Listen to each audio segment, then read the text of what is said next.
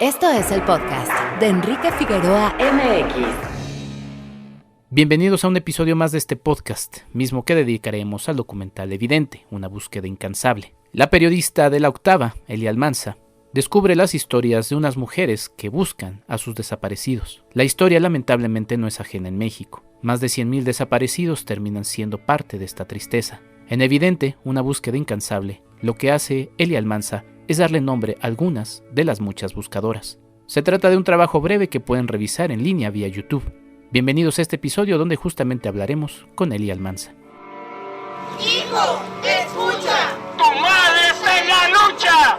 El amor, la esperanza y la fe las mantienen unidas en una causa que ha transformado sus vidas. Un desaparecido es mío, pero todos los demás también lo son. Madres, esposas e hijas recorren desiertos, basureros y terrenos baldíos en busca de verdad y justicia. Nosotras caminamos sobre panteones clandestinos por el país. No conozco una familia con la que platique y que no me diga que tiene un desaparecido. www.enriquefigueroa.mx. Y como ya lo habíamos anunciado, el día de hoy tenemos una charla con la periodista Elia Almanza sobre su documental, su cortometraje documental Evidente, la incansable búsqueda de justicia de las madres buscadoras en México. Y está aquí Elia. Elia, ¿cómo estás? Saludos, qué gusto saludarte. ¿Qué tal, Enrique? Muy buenas tardes. Saludos a todos y a todos. Muchísimas gracias por este espacio para hablar de Evidente. Evidente, que es justamente, no voy a dar el spoiler, creo que es una cosa que se da a conocer de manera muy interesante ahí. Pero cuéntanos cuál es tu historia justamente con estos hechos que se han presentado en diversos medios, en el cine, en distintos reportajes, y que por más que se nos presente no deja de ser algo doloroso y algo que hay que seguir presentando por lo anormal que resulta, y ya ahorita ahondaré en eso, que es el tema de las buscadoras, las madres buscadoras de más de 100,000 desaparecidos en este país, Elia. Sí, justo, Enrique, y qué bueno que inicias la charla con este punto, ¿no? Porque se trata de un trabajo que se suma a muchísimos esfuerzos que estamos haciendo muchos medios de comunicación, pero también desde las organizaciones de la sociedad civil, colectivos, periodistas, para visibilizar y seguir manteniendo en el ojo y en la mira pública el trabajo que están haciendo las familias, las madres y padres de las personas desaparecidas en nuestro país. Partimos de eso, de que se trata de una mirada a cómo afecta la desaparición a las familias, y como bien decía, si hay más de 100,000 personas desaparecidas en el país, hay el mismo número de personas o más, ¿no? O se duplica, porque son todos los núcleos familiares buscando a personas desaparecidas. Eso es un número realmente, pues no podría decirte de qué dimensión, pero es algo muy grave que está sucediendo en el país, y al parecer se está normalizando, ¿no? Se está normalizando el hecho de que sean las familias, las madres, los colectivos quienes salgan a buscar a sus seres queridos desaparecidos desde todas las trincheras, ya sea desde estas búsquedas en campo, que es lo que documentamos en Evidente, particularmente en el desierto de Sonora, pero también en la ciudad, ¿no? En los campos, en los baldíos, en los terrenos abandonados, o incluso también en CEMEFOS. No por eso dejar de mencionar la búsqueda que hacen también los colectivos En Vida, pero desde todas las trincheras y desde todos los esfuerzos y posibilidades hay cientos y cientos de personas buscando un ser querido desaparecido, haciendo actividades que le corresponden exclusivamente al Estado y que las ha dejado de hacer, que ha sido indolente con estos esfuerzos que están haciendo estos colectivos, y pues ante esas omisiones son las propias familias las que han optado por ellas mismas organizarse, salir a estas brigadas de búsqueda con sus propios recursos, con apoyos mínimos, te puedo decir casi nulos, escasos por parte de las autoridades, y bueno, pues ellos son los que salen adelante tratando de pues reconstruir o sobrellevar la vida con la desaparición, ¿no? Te iba a decir reconstruir un poco lo que sigue de la desaparición, pero no, eso es muy complicado. Después de la desaparición hay una ruptura total en las familias y en los núcleos, y entonces la búsqueda es la única alternativa que les queda para mantenerse de pie. Marcabas justamente esta normalización de lo que ya se mencionaba como algo anormal, ¿no? De esta situación.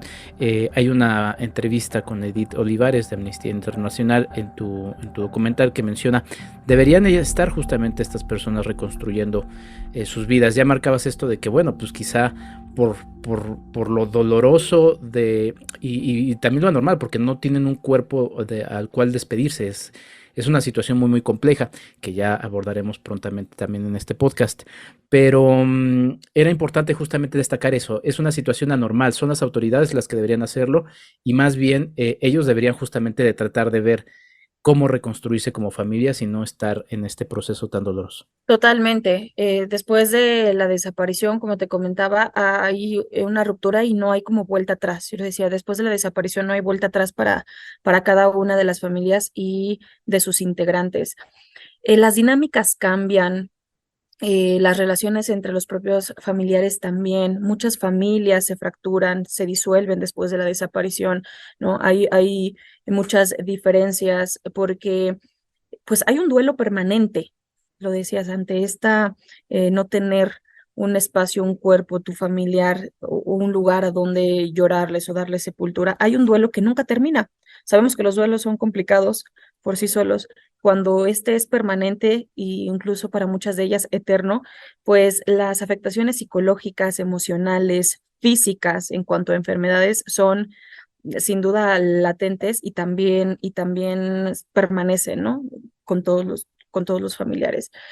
Y el Estado debería de estarse encargando más bien de esa parte, de ayudarles a cómo reconstruir o sobrellevar con una atención integral, ¿no? Psicológica, emocional, siendo pues efectiva en cuanto a las investigaciones, garantizando que no haya impunidad en las investigaciones de los casos de las personas desaparecidas, dándole un seguimiento integral a toda esta parte. Pero bueno, eso ha estado totalmente relegado y olvidado, y es algo que también se ha visibilizado muy poco, ¿no?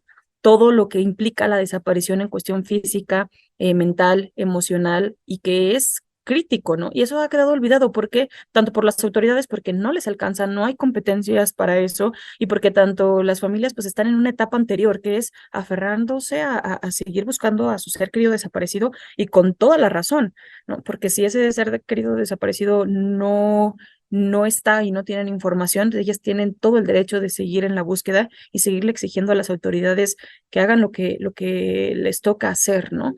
Pero bueno, sí destacar este plano emocional y físico.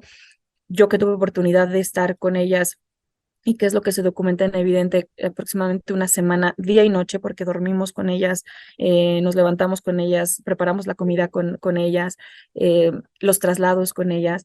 Te das cuenta no nada más de este coraje y de esta fuerza que tienen para buscar a sus seres queridos, sino también te das cuenta de las enfermedades, también te das cuenta de cómo hay una afectación emocional muy fuerte. Escuchas los sollozos en las noches, en el albergue, ¿no? Es de verdad una ruptura muy profunda, que es lo que quisimos intentar hacer el equipo en este documental, tratar de dar una mirada un poquito más profunda y que sea un poquito más, para proveer esta mirada más empática por parte de la ciudadanía, ¿no? Por parte de las personas, y no dejar de mencionar que también es una exigencia que nos toca a todas y a todos. Sí, sin duda. Y es que, a ver, todavía hay una anormalidad previa, que es, no deberían existir esos más de 100,000 desaparecidos, ¿no? O sea, las autoridades deberían dedicarse también a otro tipo de cosas, ¿no? No deberían suceder este tipo de cosas y sin embargo suceden. ¿Cómo llegas a la historia de estas mujeres? En específico se mencionan en el documental a Ceci Flores, a Araceli Hernández, a Cecilia Terán. ¿Cómo es que llegas con ellas y también cómo es que justamente en esto que ya nos platicabas, pues logran estar con ellas esta semana de manera muy cercana y pues bueno, entrar en su intimidad? Claro, pues mira, Ceci Flores es la líder de Madres Buscadoras de Sonora, es conocida, es una activista que ha retomado mucha relevancia en la exigencia de los derechos de las familias y de la búsqueda de personas desaparecidas.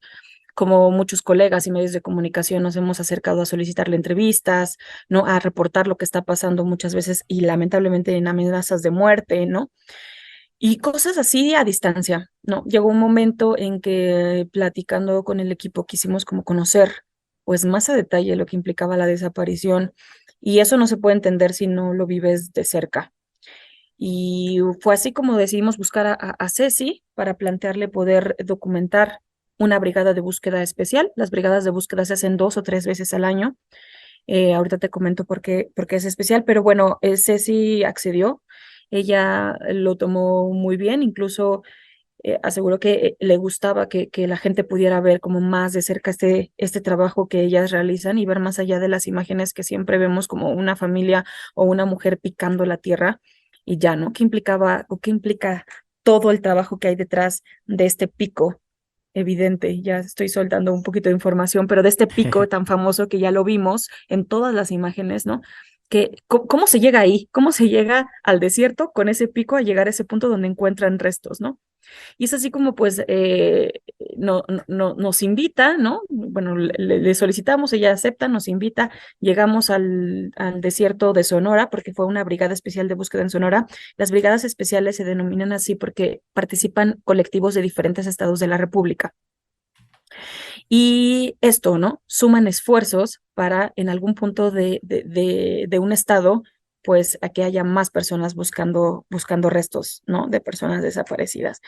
Es así como llego a las historias, bueno, de Ceci, que es la líder, cuento ahí un poquito la historia, y es así como llego también a la historia de Araceli y de Ceci Terán. Araceli es una de estas integrantes de colectivos, en este caso de Jalisco, que llega a esta brigada especial desde otra entidad con su equipo, porque ella es la líder de Buscadoras Jalisco, llega con su equipo a sumar esfuerzos a la búsqueda en otra entidad donde ahí no van a estar sus seres queridos desaparecidos, donde están seguras de que en esa zona no van a encontrar a su hijo o su hija o a quienes están buscando, pero hacen una pausa en la propia y van a otras búsquedas, ayudarles a otras madres. Hablo un poquito en evidente también de cómo se forman las familias, ¿no? Las familias que forman la desaparición. Este es un ejemplo de ello. Por otra parte, Cecilia Terán es muy particular y es una historia que me gusta muchísimo porque es una mirada distinta a la búsqueda que conocemos. Eh, Ceci no puede buscar como todas las mamás o como lo vemos en el día a día, salir a campo, al sol, ¿no? Por diferentes circunstancias, pero su trabajo es en el albergue, es atendiendo a las demás mamás, haciendo de comer, porque pues sí, no salen en las imágenes, pero evidentemente comen, ¿verdad? Y evidentemente las mamás también duermen y evidentemente también Claro. tienen un espacio de descanso y ahí hay otras mamás apoyando, mamás de hijos, hijas desaparecidas que por diferentes circunstancias no pueden hacer de la misma forma que las otras en campo, pero su trabajo es igual de valioso para que ellas puedan salir a buscar. Es así como llego a las historias. Elia, ¿cómo lo trabajas a nivel ser humano, a nivel personal, este tipo de historias? Porque, bueno, a nivel periodista, tu trabajo está ahí en evidente, pero a nivel persona, porque son historias duras y pienso, por ejemplo, como en la gente de salud, ¿no? Que se enfrenta a casos complicados, pues también los periodistas que se meten en este tipo de casos y además en entornos en donde, pues lamentablemente, como hay dejos o sitios o lugares oscuros de la justicia, pues siempre hay ese temor, ¿no? Igual como las propias madres buscadoras al involucrarse en este tipo de temas. ¿Cómo lo manejas a nivel personal? Sí, Enrique, es muy fuerte. Fíjate que al inicio fue como, pues sí, hay que vivirlo en carne propia, hay que vivirlo realmente, ¿no? Y por eso hay que estar cerca.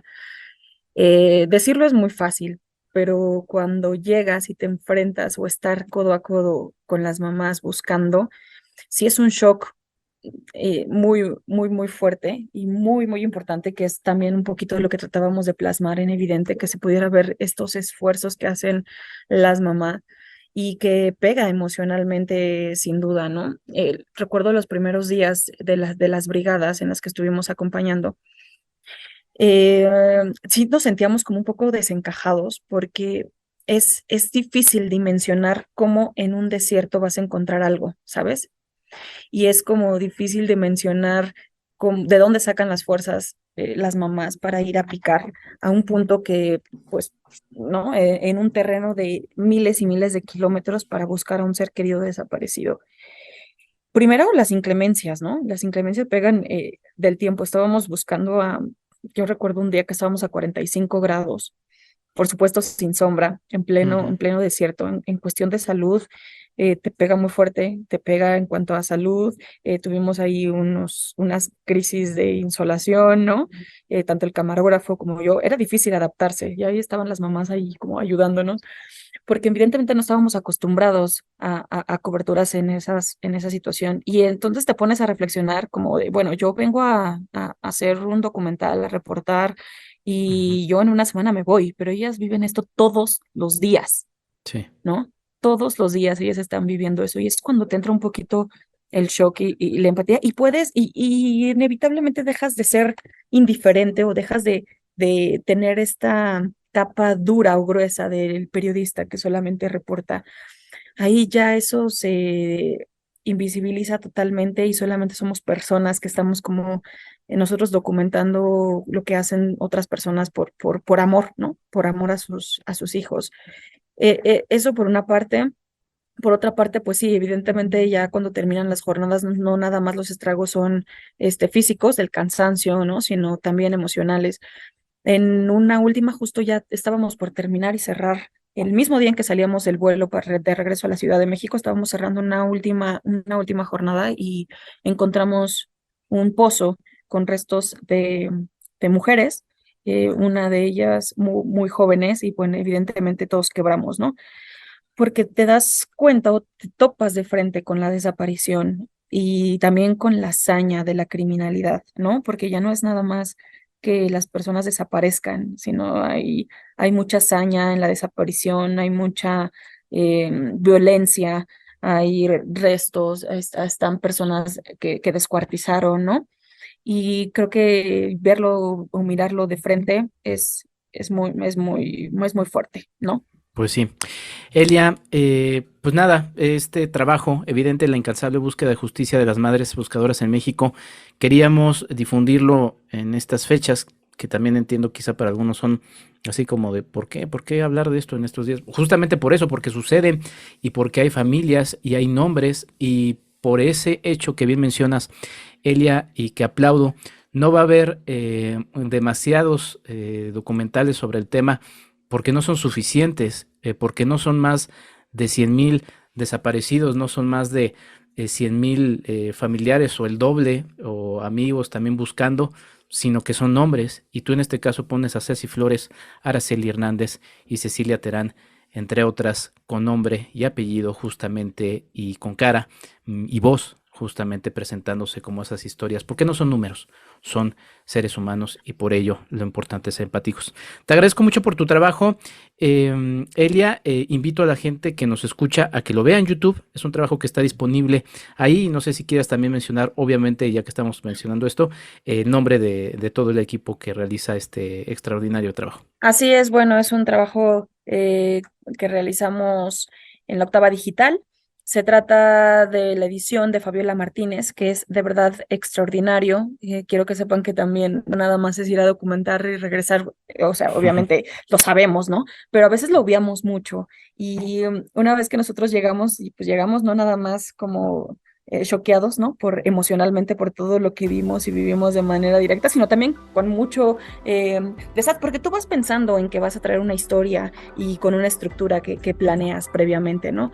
Pero pues regresas con algo totalmente distinto, y ahí es el talento y el trabajo de los editores y de las editoras, en este caso la editora, que es Fabiola Martínez, que es extraordinaria y es talentosísima, y ahí van a ver también su trabajo. El camarógrafo es Ulises López y Raúl Fuerte, y bueno, y todo el equipo de postproducción también de La Octava. Y pues nada, como bien dices, está en YouTube, ojalá que lo puedan ver, ojalá si les gusta que lo compartan, ¿no? No solo sino todos los trabajos y los esfuerzos periodísticos y de organizaciones que están haciendo para visibilizar este tema, porque no es normal la desaparición, no es normal que los estén buscando sus mamás, quienes han dejado pues toda su vida en ello, y también como sociedad no podemos ser indiferentes. Eso, Enrique, muchísimas gracias. Muchas gracias a ti, Elia Almanza. Evidente, la incansable búsqueda de justicia de las madres buscadoras en México, un trabajo que pueden checar ya en YouTube. Yo soy Enrique Figueroa Anaya, nos escuchamos en un próximo episodio. Hasta la próxima. Esto fue el podcast de Enrique Figueroa MX. Hasta la próxima.